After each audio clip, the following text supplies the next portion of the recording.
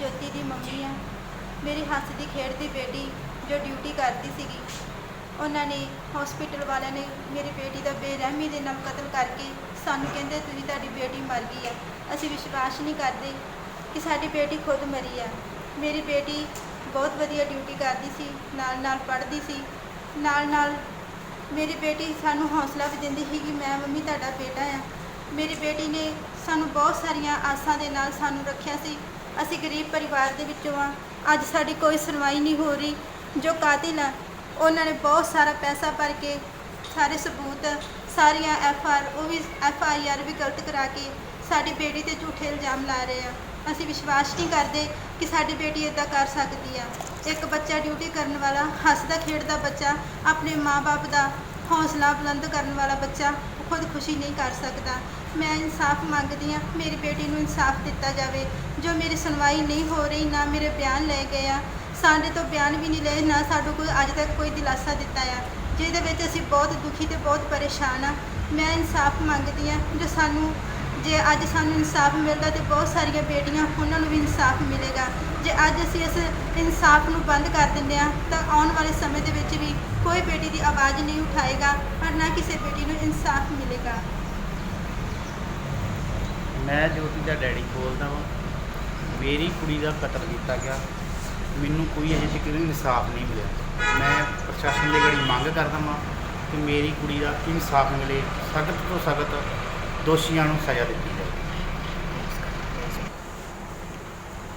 ਅਸੀਂ ਬਹੁਤ ਗਰੀਬ ਪਰਿਵਾਰ ਦੇ ਵਿੱਚੋਂ ਆ, ਜੋ ਅਸੀਂ ਕੇਸ ਨਹੀਂ ਲੜ ਸਕਦੇ। ਤੋਂ ਅਸੀਂ ਮੀਨਾਕਸ਼ੀ ਮੀਨਾਕਸ਼ੀ ਮੈਡਮ ਹੈ, ਜਿਨ੍ਹਾਂ ਨੇ ਸਾਨੂੰ ਫੋਨ 'ਤੇ ਗੱਲ ਕੀਤੀ ਕਿ ਅਸੀਂ ਤੁਹਾਡੇ ਨਾਲ ਆ। ਦੁੱਖ ਦੇ ਵਿੱਚ ਜੋ ਅਸੀਂ ਉਹਨਾਂ ਨੂੰ ਆਪਣੀ ਘਰ ਦੀ ਘਟਨਾ ਦੱਸੀ ਆ, ਉਹਨਾਂ ਨੇ ਸਾਡੀ ਗੱਲ ਨੂੰ ਸੁਣਿਆ। ਉਹਨਾਂ ਦੀ ਸਾਰੀ ਟੀਮ ਨੇ ਸਾਡੀ ਗੱਲ ਨੂੰ ਸੁਣ ਕੇ ਉਹਨਾਂ ਨੇ ਕਿਹਾ ਅਸੀਂ ਤੁਹਾਡੇ ਨਾਲ ਖੜੇ ਆ। ਜੋ ਦੇਖੋ, ਬੇਟੀ ਨੇ ਆਪੇ ਹੱਤਿਆ ਨਹੀਂ ਕੀਤੀ, ਉਹਨੂੰ ਟੌਰਚਰ ਕਰਕੇ ਉਹਨੂੰ ਮਾਰਿਆ ਗਿਆ ਆ।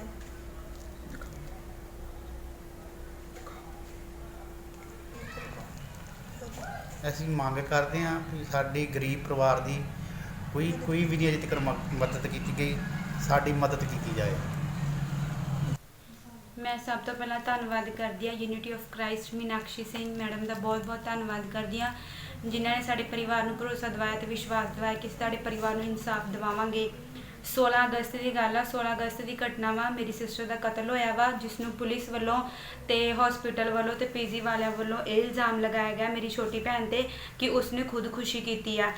ਤੁਸੀਂ ਦੇਖ ਸਕਦੇ ਹੋ ਕਿ ਉਹਦੀਆਂ ਹਸਪੀਟਲ ਦੀਆਂ ਫੁਟੇਜ ਨੇ, ਜਿੱਥੇ ਉਹ ਕੰਮ ਕਰਦੀ ਸੀ, ਡਿਊਟੀ ਕਰਦੀ ਸੀ, ਹੱਸਦੀ ਸੀ, ਵਧੀਆ ਸੀ, ਉਹਨੂੰ ਕਿਸੇ ਤਰ੍ਹਾਂ ਦੀ ਕੋਈ ਪਰੇਸ਼ਾਨੀ ਨਹੀਂ ਸੀ। ਹੱਸਦੀ ਖੇਡਦੀ ਉਹ ਘਰੋਂ ਵੀ ਗਈ ਆ। 8 ਅਗਸਤ ਨੂੰ ਘਰੋਂ ਗਈ ਆ, ਉਹਨੂੰ ਕਿਸੇ ਤਰ੍ਹਾਂ ਦੀ ਕੋਈ ਪਰੇਸ਼ਾਨੀ ਨਹੀਂ ਸੀ। ਤੇ ਉਸ ਤੋਂ ਬਾਅਦ ਦੇਖ ਸਕਦੇ ਹੋ ਇਸ ਫੁਟੇਜ ਵਿੱਚ, ਜਿੱਦਾਂ ਕਿ ਮੇਰੇ ਮੰਮੀ ਪਾਪਾ ਦੇ ਬਿਆਨ ਵੀ ਤੁਸੀਂ ਸੁਣੇ ਆ। ਅਸੀਂ ਬਹੁਤ ਹੀ ਗਰੀਬ ਪਰਿਵਾਰ ਤੋਂ ਆ। ਅਸੀਂ ਕੇਸ ਲੜਨਾ ਚਾਹੁੰਦੇ ਹਾਂ, ਅਸੀਂ ਚਾਹੁੰਦੇ ਹਾਂ ਕਿ ਦੋਸ਼ੀਆਂ ਨੂੰ ਫਾਂਸੀ ਦੀ ਸਜ਼ਾ ਦਿੱਤੀ ਜਾਵੇ, ਪਰ ਸਾਡੇ ਪਰਿਵਾਰ ਦੇ ਹਾਲਾਤ ਇਹੋ ਜਿਹੇ ਨੇ ਕਿ ਸਾਨੂੰ ਵਾਰ-ਵਾਰ ਅੰਮ੍ਰਿਤਸਰ ਜਾਣਾ ਪੈਂਦਾ ਵਾ। ਸਾਡੇ ਘਰ ਦੇ ਹਾਲਾਤ, ਗਰੀਬ ਪਰਿਵਾਰ ਤੋਂ ਅਸੀਂ ਬਿਲੋਂਗ ਕਰਦੇ ਹਾਂ। ਤੇ ਤੁਸੀਂ ਦੇਖ ਸਕਦੇ ਹੋ ਮੇਰੀ ਸਿਸਟਰ ਦੇ ਪੈਰ ਦੀ ਫੁਟੇਜ ਹੈ ਕਿ ਉਹਨਾਂ ਨੇ ਪੈਰ ਦੇ ਉੱਤੇ ਸਰਜਰੀਕਲ ਬਲੇਡ ਨਾਲ ਕਟਿੰਗ ਕਰਕੇ ਕਿੰਨਾ ਜ਼ਿਆਦਾ ਬਲੀਡਿੰਗ ਹੋਈ ਆ। ਉਹਨੂੰ ਬਹੁਤ ਜ਼ਿਆਦਾ ਟੌਰਚਰ ਕੀਤਾ ਗਿਆ, ਉਸ ਦੇ ਨਾਲ ਜ਼ਬਰਦਸਤੀ ਹੋਈ ਆ। ਸਾਡੇ ਜਿੱਥੋਂ ਤੱਕ ਅਸੀਂ ਸੋਚਦੇ ਹਾਂ ਕਿ ਉਹਦੇ ਨਾਲ ਜ਼ਬਰਦਸਤੀ ਹੋਈ ਆ, ਉਹਦੇ ਨਾਲ ਬਹੁਤ ਜ਼ਿਆਦਾ ਗਲਤ ਕਰਨ ਦੀ ਕੋਸ਼ਿਸ਼ ਕੀਤੀ ਗਈ ਆ। ਉਹਨੇ ਆਪਣੇ ਆਪ ਨੂੰ ਬਚਾਉਣ ਦੀ ਕੋਸ਼ਿਸ਼ ਕੀਤੀ ਆ ਤੇ ਉਹਨੂੰ ਬਚਾਉਣ ਦੇ ਬਾਅਦ ਉਸ ਦੇ ਨਾਲ ਇਹ ਜੋ ਵੀ ਹਾਦਸਾ ਹੋਇਆ, ਉਹਨੂੰ ਇਹ ਹਾਦਸਾ ਕਰਕੇ ਉਹਦੇ ਪੈਰਾਂ 'ਤੇ ਮਾਰਿਆ। ਉਸ ਤੋਂ ਬਾਅਦ ਤੁਸੀਂ ਦੇਖ ਸਕਦੇ ਹੋ ਉਸ ਦੇ ਨਾਲ ਕਿੰਨਾ ਜ਼ਿਆਦਾ ਟੌਰਚਰ ਕੀਤਾ ਗਿਆ। ਉਸ ਦੇ ਗਰਦਨ 'ਤੇ ਵੀ ਨਿਸ਼ਾਨ ਹੈ, ਉਹਦੀ ਅੱਖ 'ਤੇ ਵੀ ਸਵੈਲਿੰਗ ਨੇ, ਉਹਦੀ ਅੱਖ ਵੀ ਪੂਰੀ ਸੁੱਜੀ ਹੋਈ ਹੈ, ਉਹਦੀ ਗਰਦਨ 'ਤੇ ਵੀ ਪੂਰੀ ਸੋਜ ਹੈ। ਇਸ ਤੋਂ ਬਿਲਕੁਲ ਵੀ ਨਹੀਂ, ਕੋਈ ਵੀ ਕਹੇਗਾ ਤੇ ਉਹ ਦੇਖ ਕੇ ਫੁਟੇਜ ਦੇਖ ਕੇ ਇਹੀ ਕਹੇਗਾ ਕਿ ਇਹ ਖੁਦਕੁਸ਼ੀ ਨਹੀਂ ਹੈ, ਬਲਕਿ ਇਸ ਨੂੰ ਕਤਲ ਦਾ ਨਾਮ ਕਤਲ ਹੋਇਆ ਵਾ। ਇਹ ਫੋਟੋਜ਼ ਦੇ ਵਿੱਚ ਦੇਖ ਸਕਦੇ ਹੋ ਜਿਹੜੇ ਬੰਦੇ ਨੇ ਖੁਦਕੁਸ਼ੀ ਕਰਨੀ ਆ, ਉਸ ਦੇ ਪੈਰਾਂ ਤੋਂ ਬਲੀਡਿੰਗ ਕਿੱਦਾਂ ਆ ਸਕਦੀ ਹੈ। ਪੁਲਿਸ ਪ੍ਰਸ਼ਾਸਨ ਨੂੰ ਵੀ ਸਾਡਾ ਇਹੀ ਸਵਾਲ ਹੈ ਕਿ ਸਾਨੂੰ, ਅਗਰ ਸਾਡੀ ਬੇਟੀ ਨੇ ਖੁਦਕੁਸ਼ੀ ਕੀਤੀ ਹੈ ਤੇ ਸਾਨੂੰ ਇਹਦਾ ਸਵਾਲ ਆ ਜਿਹੜਾ ਉੱਠਦਾ ਪਿਆ, ਸਾਰਿਆਂ ਨੂੰ ਦਿਖਦਾ ਪਿਆ, ਇਹਦਾ ਸਾਨੂੰ ਜਵਾਬ ਚਾਹੀਦਾ ਉਹਨਾਂ ਤੋਂ। ਪੁਲਿਸ ਪ੍ਰਸ਼ਾਸਨ ਵੀ ਦੋਸ਼ੀਆਂ ਨੂੰ ਬਚਾਉਣ ਦੀ ਪੂਰੀ ਤੋਂ ਪੂਰੀ ਕੋਸ਼ਿਸ਼ ਕਰ ਰਹੀ ਹੈ। ਸਾਡੇ ਪਰਿਵਾਰ ਨੂੰ ਹਜੇ ਤੱਕ ਕੋਈ ਕਾਲ ਨਹੀਂ ਆਈ, ਕੋਈ ਫੋਨ ਨਹੀਂ ਆਇਆ, ਸਾਡੀ ਕਿਸੇ ਤਰ੍ਹਾਂ ਕਿਸੇ ਨੇ ਕੋਈ ਮਦਦ ਨਹੀਂ ਕੀਤੀ ਤੇ ਨਾ ਹੀ ਉਹਨਾਂ ਨੇ ਫੋਨ ਕਰਕੇ ਸਾਨੂੰ ਬੁਲਾਇਆ ਵਾ। ਇੱਕ ਵਾਰੀ ਵੀ ਸਾਨੂੰ ਇਨਵੈਸਟੀਗੇਸ਼ਨ ਦਾ ਹਿੱਸਾ ਨਹੀਂ ਬਣਾਇਆ ਗਿਆ ਤੇ ਇੱਕ ਸਿੱਟ ਵੀ ਬਿਠਾਈ ਗਈ ਹੈ। ਸਿੱਟ ਬਿਠਾਉਣ ਦੇ ਬਾਵਜੂਦ ਵੀ ਫਿਰ ਉਹੀ ਹਾਲਾਤ ਨੇ, ਉਹੀ ਹਾਲ ਨੇ। 1.5 ਮਹੀਨਾ ਹੋ ਚੁੱਕਿਆ ਹੈ, ਕਿਸੇ ਤਰ੍ਹਾਂ ਦੀ ਕੋਈ ਸਾਡੀ ਮਦਦ ਨਹੀਂ ਕੀਤੀ ਗਈ, ਨਾ ਹੀ ਸਾਡੇ ਪਰਿਵਾਰ ਦੇ ਬਿਆਨ ਲਏ ਗਏ ਨੇ। ਬਿਆਨ ਲਏ ਵੀ ਗਏ ਨੇ ਤੇ ਕਿਸੇ ਵੀ ਤਰ੍ਹਾਂ ਦੇ ਕੋਈ, ਨਾ ਮੇਰੇ ਪਾਪਾ ਦੇ, ਨਾ ਮੇਰੇ ਮੰਮੀ ਦੇ, ਨਾ ਸਾਡੇ ਪਰਿਵਾਰ ਦੇ ਕਿਸੇ ਦੇ ਵੀ ਬਿਆਨ ਨਹੀਂ ਗਏ। ASI ਦੇ ਦੁਆਰਾ ਇਹ FIR ਲਿਖੀ ਗਈ ਆ ਤੇ ਅੰਗੂਠਾ ਸਿਰਫ ਮੇਰੇ ਪਾਪਾ ਦਾ ਲਗਾਇਆ ਗਿਆ ਤੇ ਉਸ ਤੋਂ ਬਾਅਦ ਮੇਰੇ ਪਰਿਵਾਰ ਦੇ ਕਿਸੇ ਤਰ੍ਹਾਂ ਦੇ ਬਿਆਨ ਨਹੀਂ ਹੋਏ। ਮੈਂ ਕਾਲ ਕਰਕੇ ਵੀ ਕਹੀ ਆ ADCP 2 ਨੂੰ ਮੈਂ ਕਾਲ ਕਰਕੇ ਕਹੀ ਕਿ ਸਰ ਸਾਡੇ ਪਰਿਵਾਰ ਦੇ ਬਿਆਨ ਲਓ, ਅਸੀਂ ਕੁਝ ਦੱਸਣਾ ਚਾਹੁੰਦੇ ਆ, ਪਰ ਉਹਨਾਂ ਨੇ ਸਾਨੂੰ ਕਿਹਾ ਠੀਕ ਹੈ ਤੁਹਾਨੂੰ ਫੋਨ ਕਰਾਂਗੇ, ਪਰ ਉਹਨਾਂ ਦਾ ਸਾਨੂੰ ਫੋਨ ਨਹੀਂ ਆਇਆ। ਤੇ ਮੈਂ ਪੁਲਿਸ ਪ੍ਰਸ਼ਾਸਨ ਮੈਂ ਖਿਲਾਫ ਹਾਂ ਪੁਲਿਸ ਪ੍ਰਸ਼ਾਸਨ ਦੇ ਵੀ ਕਿ ਉਹਨਾਂ ਦੀ ਲਾਪਰਵਾਹੀ ਨਾਲ ਹੀ ਅੱਜ ਇੱਥੋਂ ਤੱਕ ਗੱਲ ਪਹੁੰਚੀ ਆ। ਜੇ ਉਹ ਆਪਣੀ ਇਮਾਨਦਾਰੀ ਨਾਲ ਡਿਊਟੀ ਕਰਦੇ ਤਾਂ ਅੱਜ ਇਹ ਹਾਦਸਾ ਨਹੀਂ ਹੋਣਾ ਸੀਗਾ। ਤੇ ਮੈਂ ਧੰਨਵਾਦ ਕਰਦੀ ਹਾਂ ਮੀਨਾਕਸ਼ੀ ਸਿੰਘ ਮੈਮ ਦਾ ਜਿਹੜੇ ਦਿੱਲੀ ਤੋਂ ਨੇ, ਤੇ ਯੂਨਿਟੀ ਆਫ ਕ੍ਰਾਈਸਟ ਦੇ ਸਾਰੀ ਟੀਮ ਦਾ ਵੀ ਬਹੁਤ ਧੰਨਵਾਦ ਕਰਦੀ ਹਾਂ। ਮੈਂ ਉਹਨਾਂ ਨੂੰ ਇਹੀ ਰਿਕੁਐਸਟ ਕਰਦੀ ਹਾਂ ਕਿ ਜਲਦ ਤੋਂ ਜਲਦ ਸਾਡੀ ਮਦਦ ਕਰਨ, ਸਾਡੇ ਪਰਿਵਾਰ ਦੀ ਮਦਦ ਕਰਨ ਤੇ ਸਾਡੇ ਪਰਿਵਾਰ ਨੂੰ ਇਨਸਾਫ ਦਿਵਾਇਆ ਜਾਏ। Thank you.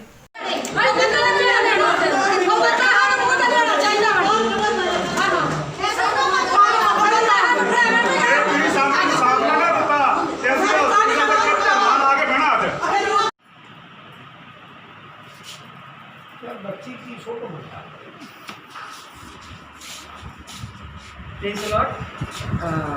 दोस्तों, हमारे साथ ज्योति विलियम के चाचू हैं मिस्टर जंगी संधू, और मैं इनसे भी पूछना चाहती हूँ क्योंकि ये भी एक कांग्रेस के कार्यकर्ता भी रहे हैं, काफ़ी डेडिकेटेड रहे हैं पार्टी की तरफ, ऑनेस्ट रहे हैं।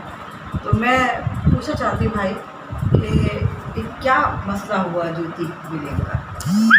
ਦੇਖੋ ਜੀ, ਪਹਿਲਾਂ ਮੈਂ ਗੱਲ ਕਰਨੀ ਚਾਹੁੰਦਾ ਸਾਡੇ ਪੰਜਾਬ ਲੈਵਲ 'ਤੇ। ਜਿਵੇਂ ਸਾਡੇ ਪੰਜਾਬ ਦੇ ਵਿੱਚ ਕਾਂਗਰਸ ਦੀ ਸਰਕਾਰ ਹੈ, ਕਾਂਗਰਸ ਦੀ ਸਰਕਾਰ ਹੋਣ ਦੇ ਕਾਰਨ ਵੀ ਸਾਡੀਆਂ ਧੀਆਂ ਦੇ ਨਾਲ, ਸਾਡੀਆਂ ਬੇਟੀਆਂ ਦੇ ਨਾਲ ਪੰਜਾਬ ਦੇ ਵਿੱਚ ਇੰਨੇ ਕੁ ਮਾੜੇ ਸਲੂਕ ਕੀਤੇ ਗਏ ਨੇ, ਕਤਲ ਕੀਤੇ ਗਏ ਨੇ, ਕਈਆਂ ਥਾਵਾਂ 'ਤੇ ਉਹਨਾਂ ਦੇ ਰੇਪ ਹੋ ਗਏ ਨੇ। ਸਾਡੀ ਸਰਕਾਰ ਇਹਨਾਂ ਵੱਲੇ ਕਿਉਂ ਨਹੀਂ ਖਿਆਲ ਦੇ ਰਹੀ ਕਿ ਬੱਚੀਆਂ ਦੇ ਕਤਲ ਤੇ ਰੇਪ ਕਿਉਂ ਹੁੰਦੇ ਨੇ?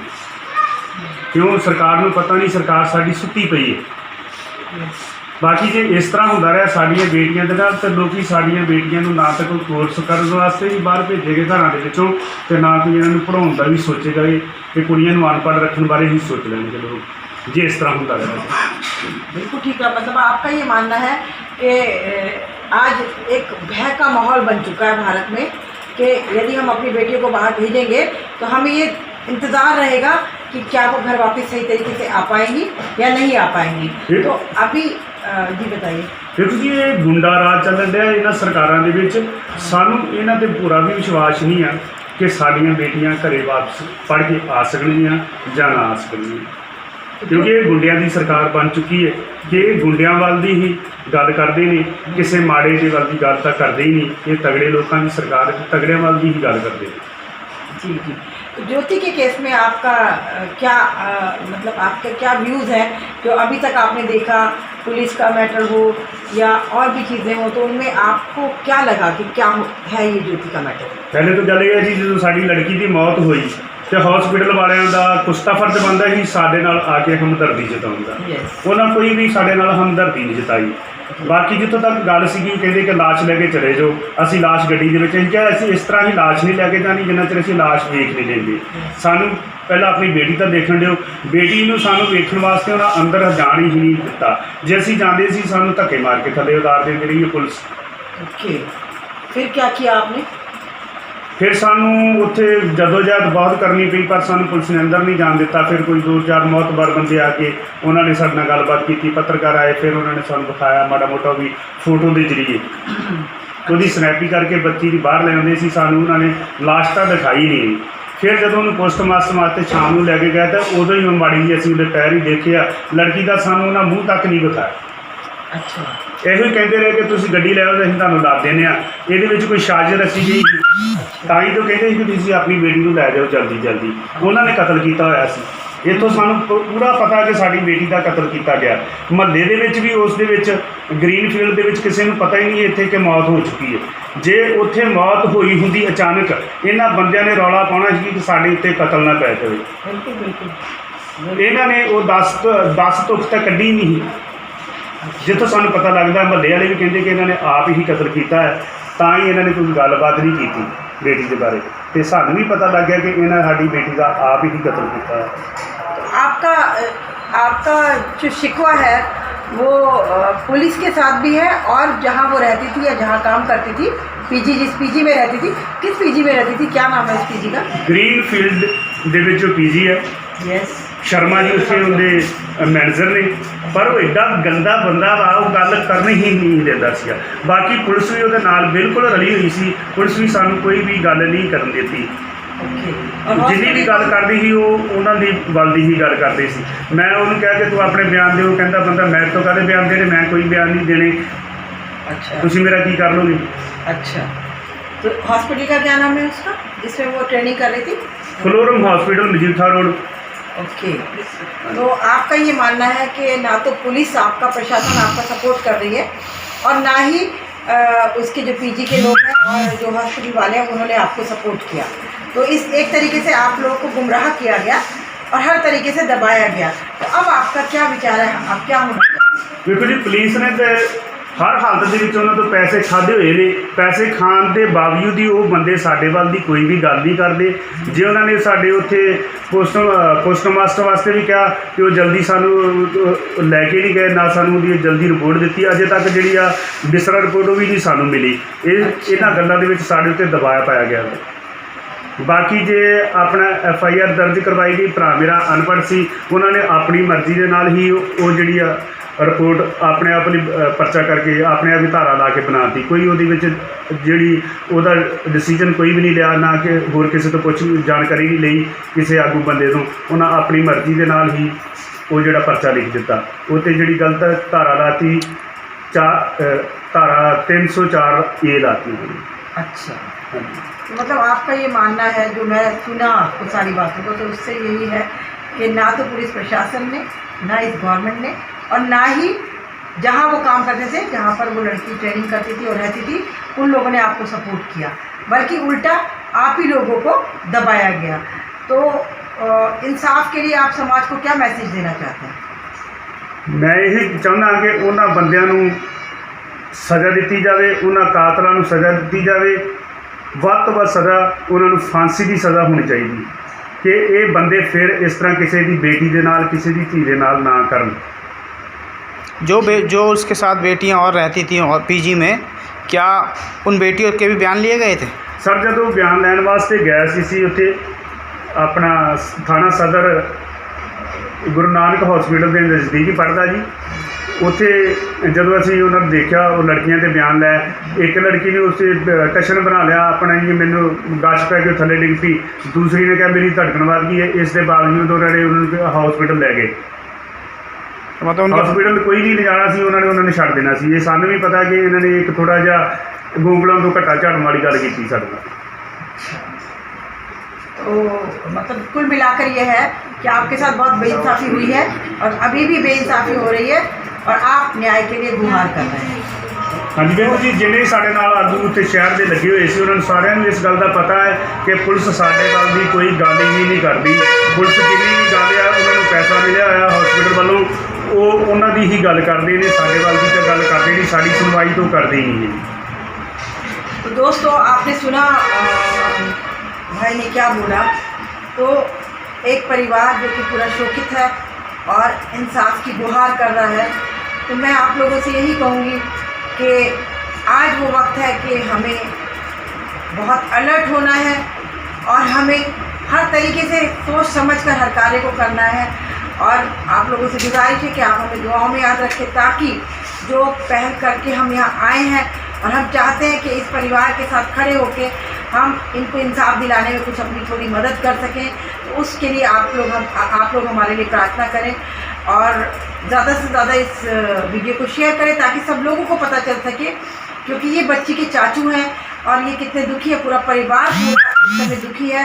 तो ऐसे दुखों से और आगे बेटियों के माँ बाप को ना गुजरना पड़े, यही गुजारिश है। आपके साथ मीनाक्षी सिंह, यूनिटी क्राइस्ट। तो साथियों, जैसे आपने देखा कि हमारी सरकार जो नारा देती है बेटी बचाओ और बेटी पढ़ाओ। बेटी बचाओ तो हमने हाथरस में देख लिया है, तो हमने बेटी पढ़ाओ भी यहाँ देख लिया है कि हम अपनी बेटियों को पढ़ने के लिए अगर भेजते हैं तो उनके साथ क्या हालत होते हैं। और उसके साथ साथ ना तो सरकार उस पर कोई एक्शन लेती है और ना ही कोई प्रशासन उसके ऊपर कोई एक्शन लेता है। तो इसका मतलब ये है कि बेटी बचाओ और बेटी पढ़ाओ ये नारा नहीं है, ये हमें संकेत है कि अपनी बेटी अपने घर पे रखो और अपनी बेटियों को पढ़ने भी मत भेजो। इसका तो यही हमें लगता है कि सरकार ने जो नारा दिया है बहुत सोच समझ के दिया है कि अगर कि आपको अपनी बेटियां बचानी है तो अपने घर में रखिए और बेटियां पढ़ानी है तो पढ़ाने के लिए बाहर मत भेजिए, नहीं तो उनके साथ इस तरीके से होगा और उनका कोई भी सुनवाई नहीं होगी। उनके नारे के दो पहलू हो सकते हैं ना, कि बेटी बचाओ और बेटी पढ़ाओ, ठीक है। तो बेटी बचाओ मतलब उन्होंने शुरू में आते ही ये कह दिया था सरकार ने कि बेटी को बचा लो अपनी, क्योंकि हम जैसे गुंडा राज करने वाले लोग आ रहे हैं दरिंदा। और अपनी अपनी बेटियों को आप संभाल कर रखो। तो ये नारा इस सरकार का था और हम इस सरकार को कंडेम करते हैं। यूनिटी इन क्राइस्ट इसको कंडेम करती है। इसके साथ साथ unity in Christ Congress party को भी कंडेम करती है, जो कि न्याय नहीं दिला पा रहे हैं। यहाँ तक कि जिस जगह कांग्रेस की सरकार है वहाँ क्रिश्चियंस के साथ जो बेइंसाफी हो रही है, जो बदसलूकियाँ हो रही हैं, उस सब के खिलाफ हम कांग्रेस सरकार को भी कंडेम करते हैं।